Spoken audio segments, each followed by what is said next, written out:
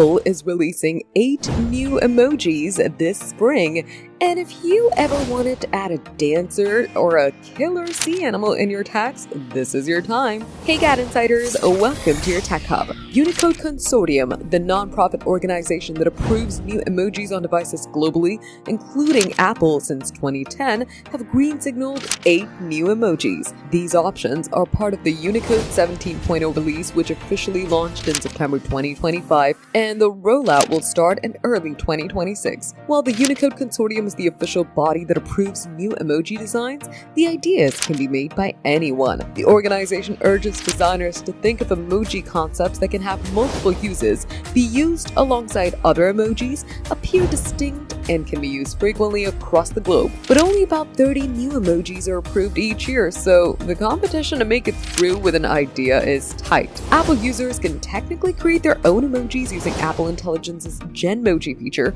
launched in 2024. However, the 8 new emojis, since they have the Unicode Consortium's approval, can be used across various devices and platforms. The new emojis will be part of iOS 26.4 update. They include ballet dancers, available in various skin tones, a distorted face, a fight cloud as seen in cartoons, hairy creature aka Sasquatch, landslide, orca, trombone, and a treasure chest full of gold, red gems, a pearl necklace, and a crown. The 8 new emojis are already available to folks who participate in the Apple Beta Software program, getting access to new updates. The emojis will be available widely with the iOS 26.4 update, which is expected to drop this spring. For more updates, subscribe to GadInsider, like and share the video, and don't forget to press the bell icon so you never miss any update.